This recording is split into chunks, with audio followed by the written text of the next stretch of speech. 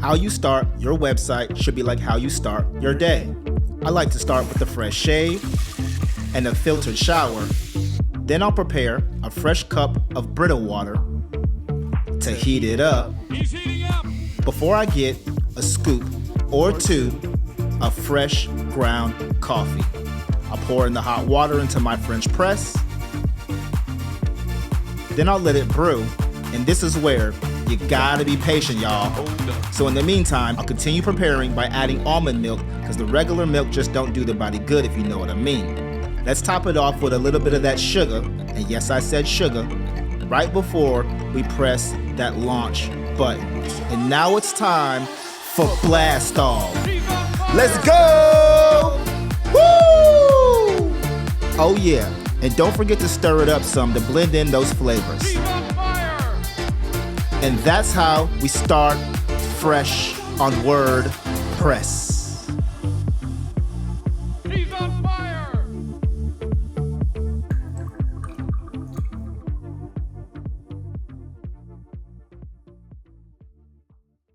Welcome to lesson 1. In this lesson, we're going to go over the framework of creating a website strategy for WordPress. So when it comes to creating a website strategy for WordPress, we're going to use a template, and you can grab that template for free in the description of this video. Building a website is going to consist of different processes or parts or areas that you need to look at individually. You also need to understand that these parts or these processes should all cohesively work together. So you don't want anything that is not supported by something else in your website strategy. And that's a very important thought process to keep in mind. We're not going to go deep into any of these sections, but I definitely wanted to give you a brief overview of what they are and why they're important for your success. So this is the table of contents within this website strategy. And we're going to talk about things like your website goals, your target market, your competitor analysis, your branding elements, your sitemap and customer journey, your UX design, your functions and features, your tech stack, which is the thing that everybody loves to talk about, your content strategy, your SEO strategy, your mobile optimization, your analytics performance optimization, your compliance and accessibility, your security measures, and lastly, your feedback mechanism. For your website goals, what we've done here is created some examples for you to use and think about when drafting out your own website goals. So you want to think about listing out your primary and secondary goals. And you can do so in these areas here. We have 3 primary goals, 3 secondary goals.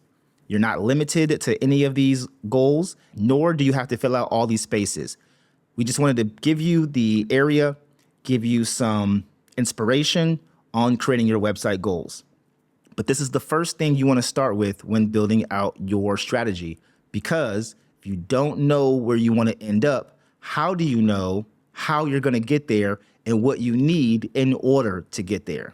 When it comes to website goals, you definitely want to think about your metrics. So that's the reason why we have listed here some metrics. This is not a one-size-fits-all list, but this is just some examples to give you some ideas. But some metrics that you want to think that are measurable, that are trackable. You typically don't want to have a whole bunch of metrics or even events, key events or metrics or conversions that you're not able to track. So keep that in mind. When it comes to your target market or your target audience, you definitely want to think about the fundamental demographics or the fundamental geographics or the fundamental psychographics, because those different key areas of your target market are what you're going to be using in order to make sure that you're building your website in the right direction. So that's why it's important, because you must think about your potential customer or client or a website user or visitor when it comes to building out your website. If you're not building out your website with them in mind, with as much details as you can get, then you are typically building out your website in the wrong direction. So no matter what kind of goals you have, unless it's your goal to fail, you want to make sure that you're also thinking about your target market's goals too. So that's why we have here things like their age, gender, their race or ethnicity, income level, marital status, occupation, location, interests, lifestyles, and if you are B2B, even the company size. And this is where firmographics come in. You also want to think about their needs and their challenges and their buying motivations. What makes them tick and what ticks them off, because those are two different things. So don't skip out on the target market phase, or don't skip out on target market research, because that is so important in order for you to reach success based on the traffic coming to your website. Now, for competitors, you typically want to do a very similar process, which is the research. Just like when it comes to your target audience, you want to research your competitors. And this is not an area that you want to sleep on or that you want to skip. So definitely make sure that you take some time to do fundamental competitor analysis. You can research anywhere from 3 to 5 competitors just to get you started. If I were you, I wouldn't just look at 1 or 2, and I would not go over 10. So a good 3 to 5 will get you started, so that way you don't overwhelm yourself or get analysis paralysis when you're thinking about your competitors. Now for your branding, and we do have a separate template just for branding. However, if you only had this website strategy planner itself, we wanted to make sure that you at least had areas where you can add your branding elements to. So you want to think about your brand strategy elements and your brand identity elements, and not just one or the other. When it comes to your brand strategy, you want to think about your mission and your vision, your tagline, your value proposition, and your core values. And then for your brand identity, you definitely want to make sure that you have your colors mapped out and that they are the colors that your target audience would prefer or would engage with. Because if you have colors on your website that don't match your target audience, well, then you're doing yourself a disservice. And once again, going back to the goals, it's going to be hard for you to reach your goals because you're not using a better way of attracting and retaining your audience by using color theory, by using colors to evoke emotions that will help you retain more audience because the look of the site matches what they want. So don't skip out on doing color research. Make sure you do your colors and your research. And there's so many tools to do color research or to create color palettes or color boards. Don't skip out on this. When it comes to your brand identity elements, starting with your colors, you definitely want to make sure that your colors are the type of colors that your target audience would be attracted to. Otherwise, you can end up detracting the audience that you want to be attracting. So everybody has a different way of doing color research or what type of colors they should use or what they call their colors. But for now, we can just say your primary colors and your secondary colors. You typically want to have about 2 primary colors, and it helps to have not just the hex code of the color, but to have the CMYK and the RGB. And the reason why is because you never know when you'll need this other way of adding your color in. And usually it depends on the platform you're using. Now, all platforms are created equally. They do things differently. So you want to make sure you have the hex code, the CMYK, and the RGB. And it's the same thing for your secondary colors. The difference between your primary colors and your secondary colors, you can have more secondary colors. It's not unusual to have multiple secondary colors, to have 3 or 4. For primary colors, you definitely want to stick with 1 or 2. But for secondary colors, it's all good to have a few of them. It doesn't mean you're going to use them all the time, but it does mean you have some options. You can be a little flexible when it comes to how you want to lay out your colors, especially when it comes to designing. For typography or your fonts, you want to think about the primary font and the secondary font, just like you would think about the colors. I see very often where people go crazy with their fonts or their typography. They have like 4 or 5 different fonts, and that's not good. Another tip that you can use is sometimes you just need to change the weight of the font. And that gives, or make it bold or italic. You don't have to use a whole different typeface or a whole different font type. You just need to adjust that particular one. And then you'll have some variety, but there'll still be consistency. And that is the key, consistency. So that's why I definitely want you to think about your colors and your fonts or your typography when it comes to your target audience. And your target market research should definitely give you a lot of supporting evidence on why you're going in the direction you're going when it comes to your colors and your fonts. Now, for your logo, you want to make sure that you have different versions of your logo, such as your horizontal version and your vertical version, just at minimum. Now, there are so many other ways you would want to display your logo, but at the fundamental level, make sure you have a horizontal version and a vertical version. Even though I know this looks square, but we calling it vertical over here. For your logo, you also want to make sure you have a brand mark version. Now, a brand mark is just typically something that you can stamp on anything. And the reason why this is important is because on your website, there is an area for what is called your favicon or your site icon. It's normally used in the tabs on a browser. Some people really don't take this seriously. And I always say that if you want to give a little bit of a cherry on top of your identity, this is a great way to do that because people will look at that as professionalism. Don't skip out on coming up with the brand mark. Normally, it's just the symbol that's within your logo and making sure that you actually plan it out, making sure that you actually document that. And then there's reversed versions. So when people are using their logo, there may be a time where you need to inverse it. It needs to be a different color. What does that look like? Because the background that your normal logo sits on, it matches too much of your logo. And so people can't see your logo. So that's where a reversed out version really helps. Now let's move to the sitemap and your customer journey. So for your sitemap, it could be just as simple as you writing out your home page. From there, what are the other connecting pages to your home page? The sitemap does not have to be a difficult process.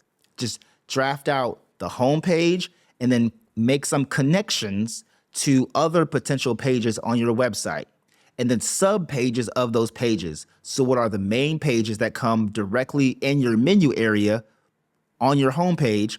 And then what are the sub pages if you decide to have something like a mega menu or a drop down from your main pages? What are those pages?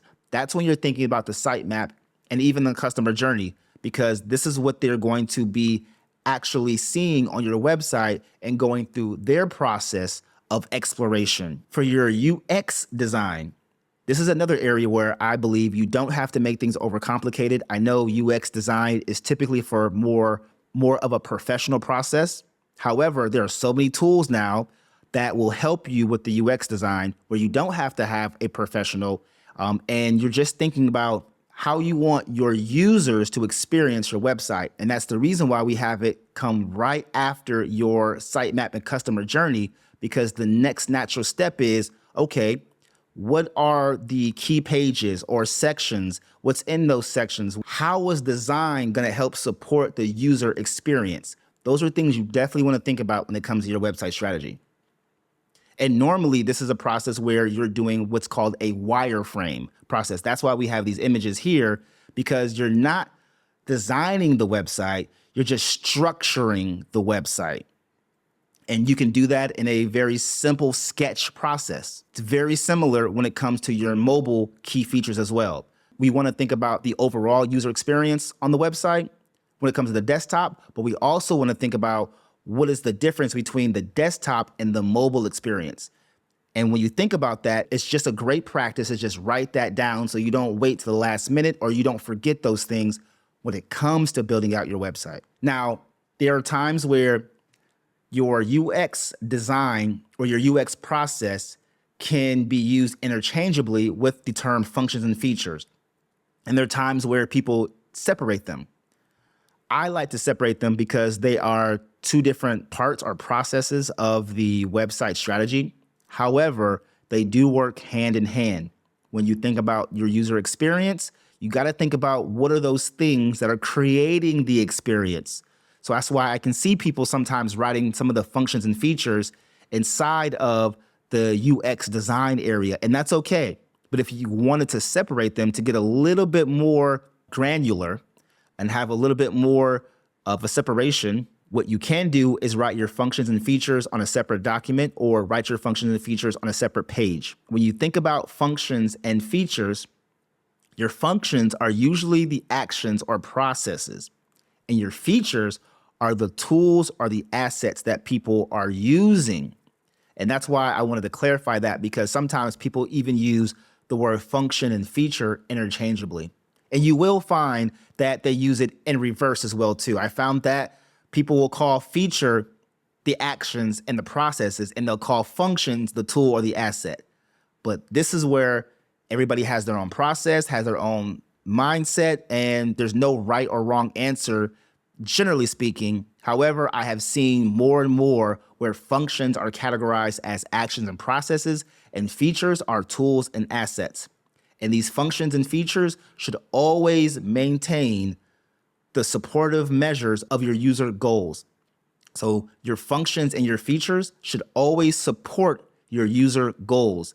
If you have something on your website, like some type of action that you want your users to take or process you want them to go through, and you don't have the right tool or the asset to match with that, it's going to be very hard for you to justify how it's going to help your user reach their goals. Now, here's the part that I mentioned in the beginning of the video where I believe everybody loves to talk about because it's dealing with all the glitz and the glamour, all the cool things, right? Which is the tech stack. So for your tech stack, you definitely want to list out all the technology you believe you need that will go on your website, starting with your hosting and going from there. And the reason why you want to do this is because you want to have all those things mapped out so you know what else you need based on those technologies that you're adding to your website. This is another area you don't want to skip. I see so many people overlook this, and then they go into WordPress and their WordPress repo and they just start adding all types of plugins and things like that. Or they don't think about the technologies that they're using and how they're not integratable, how they're not compatible. That's a very dangerous game to play when you're adding technologies to your website and you can't integrate with these technologies, and these technologies are not compatible with each other, which causes conflict. And then you're going to have a lot of upset and angry users when your website is down or it's acting all wonky and jankety. Don't overlook the tech stack and how important it is.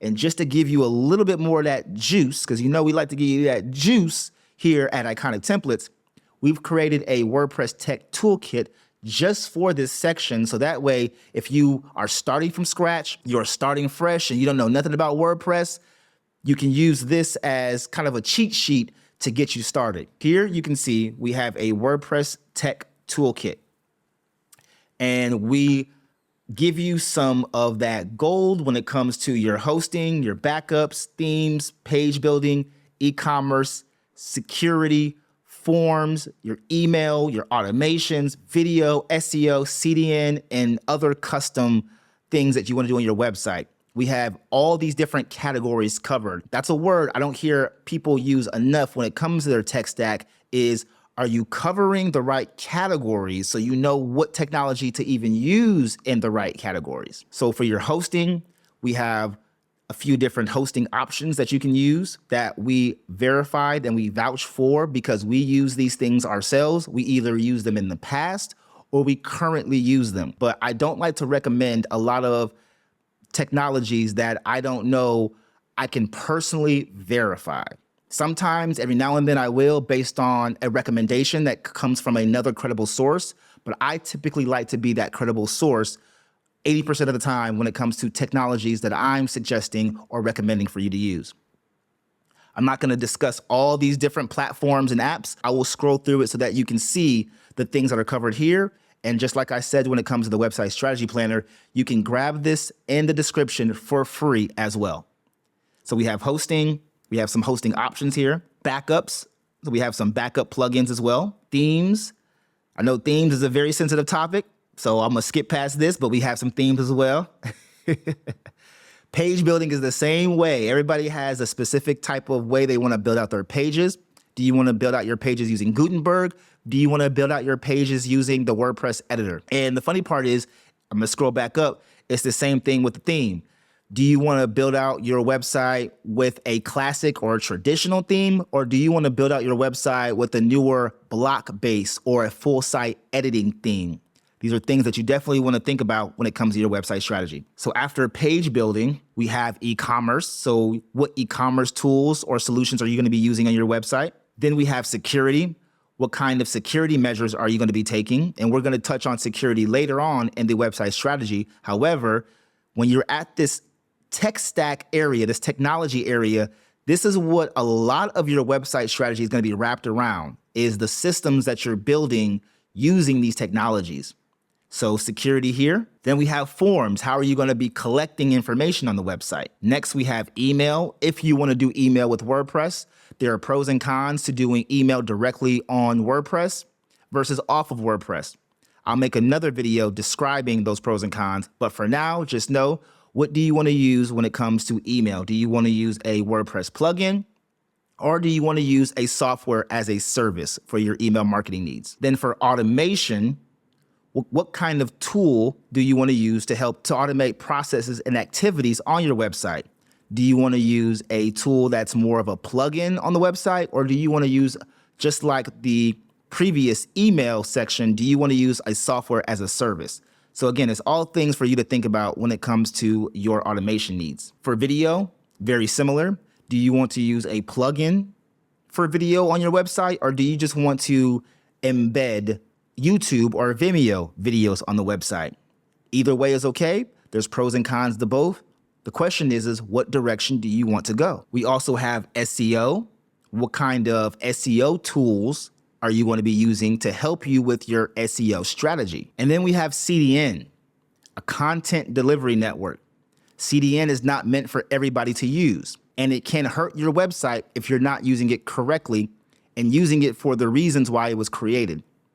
So for CDNs, you got to think about, does your website have a lot of traffic coming from areas across the world, or areas where your dedicated server for your hosting platform is not covering? A CDN is very helpful with that. A CDN also helps with security, but at its base level, fundamental level, the main purpose of a CDN is so your content can display smoothly in other areas across the world or the globe, and those people have a very similar experience, if not the same experience, as people that are close to your main server that where your hosting is located. And for custom abilities, we have things like custom fields, and even custom scripts and dynamic content, right? So when it comes to customizing your website, you got to think about what are the tools that you want to use that will help you not have to add code to your website and also won't break your website. That's very important to know too. So let's go back. So see how the tech stack can get mighty stacky when you think about it, because even though you have this area here where you can list out the different technologies, you definitely want to take the time to learn these technologies. Make sure that they're compatible, they're integratable, make sure that they are user-friendly for your needs, so that way you're not falling behind when trying to maintain or keep up these different technologies. It's very important when it comes to your website strategy. For content strategy, what type of content is going to be on the website? What kind of topics are you going to be talking about on the website that would help you create your SEO keywords? What kind of media formats and what kind of channels, what media channels is your website integrating with? Is your website using as well too? All these things are very important when it comes to your content strategy.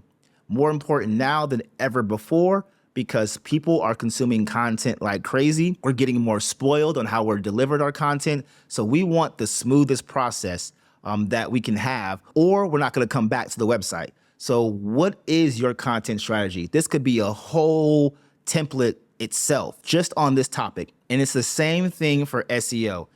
SEO strategy could be a whole template by itself, but we just wanted to consolidate all these different processes that can be their own templates. We wanted to consolidate that into one, and that's what we're calling a website strategy. So for SEO, we want to keep things simple here and think about things like your title tags, your meta descriptions, and your headings. And this is the area where you want to list that out. What are your headings, your H1s and H2s? How are you titling? What are your alt tags? What are your meta descriptions? Just use this area to draft it out. However, you'll probably get more deeper as you go into the website itself. But this is just to give you a start when it comes to building out your SEO strategy. For mobile optimization, you definitely want to take a look at other websites that you should be modeling. Because if you don't have an idea of what the mobile experience should look like, this is a great area for you to take some pictures, some snapshots, use your phone, and then add those pictures or snapshots to these areas or your own strategy planner that you may have outside of this one. That way you can think when it comes to your wireframing, when it comes to building out the pages, when it comes to your responsive design, this is gonna help you get closer to what you would consider, okay, this is it. This is what I like. This is the mobile experience that we're going for. But first start off with just taking a few pictures. For analytics, in the beginning of the video, we went over some metric examples. This is a great area where you would utilize those metric examples and add them here as far as how you're going to be tracking and measuring. You can also add some notes here as well, things that you want to look out for or things that you're not focused on, depending on whether you're a e-commerce business or a non-e-commerce business. You may have some different metrics and some metrics that overlap. This is the area where you want to think about what is most important to your website, and then what's the secondary most important activities or events on the website that you can track and you can measure. And it's very similar when it comes to your website speed and performance. So what is your website speed and performance process? What does that look like? What tools are you using? This is the area where you want to think about what does it look like? What tools are you using? How are you going to measure performance? How are you going to test performance? How are you going to test speed? This is definitely another area you don't want to skip because people are looking to have a fast and fluid experience. If you can't give them a fast and fluid experience based on your website performance, they're going to leave. They're going to bounce. They're going to dip. They're going to be gone. And sometimes, most times, they don't come back. So you got to think about that. Compliance and accessibility is more of a newer topic, and I'm going to save the details of this for another video. I'm even going to see if I can bring on a professional to help talk about this area here as well.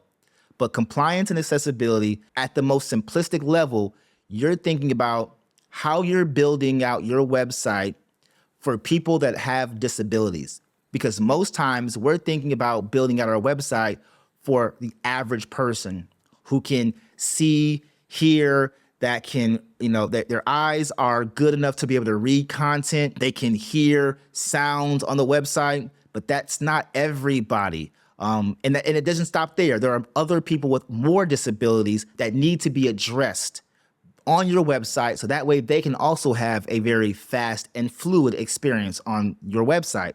So compliance and accessibility are things like your keyboard navigation, the contrast and the color. Remember, we went over the color. So when you're thinking about building out those colors, this is another area where you want to make sure that your colors, even if they are what you would consider perfect for your target audience, are they still great when it comes to people who are disabled within your target audience? Fonts the same way. Are your fonts readable? Is the content legible? Do you have closed captions? Are your forms able to be accessed through navigation of the arrows on a keyboard? Can a person fill out a form if they had no type of trackpad or mouse? Can they fill out the form if they couldn't see? If they were blind, for example? You got to think about these things when it comes to building out your website. And we touched on security in the tech stack area when I had mentioned the tech stack is a big part of how you're going to think about your website strategy wraps around the technologies. because each technology you're using, there should be a process that that technology is addressing, right, on your behalf. And when it comes to security, it's the same thing. A lot of your security measures can be performed using a plugin and using the right hosting. Just those two things alone can help with 80%, 70 to 80% of your security measures, using the right hosting, using the right plugin.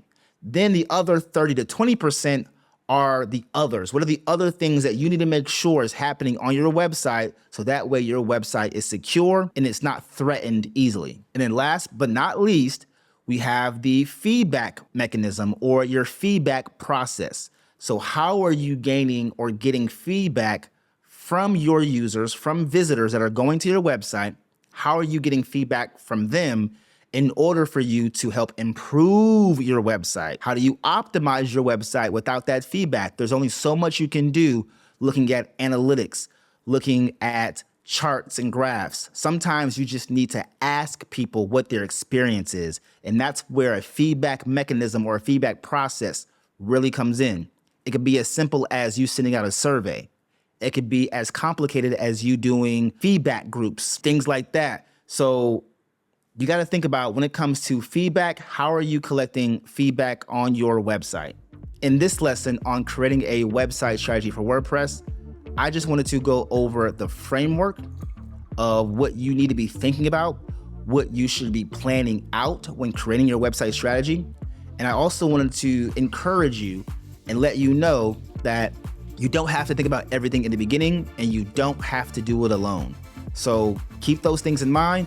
There are people that can help you with building out your website strategy, and there are templates that you can use to build out your website strategy. So you don't have to start from scratch and you don't have to do it alone. Just to give you the grid overview, this is the website strategy planner template that we've created for you to be able to get for free. And again, you can find that in the description below. But just know that we're going to continue to optimize this planner. And when we do, if you are subscribed to our email list, you're going to get the next version of this planner. This is just version 1. Trust me when I say it's going to get better. My name is Maestro Stevens with Iconic Templates. And if you have received any value out of this video, please like and subscribe to the channel. And I'm out. Peace.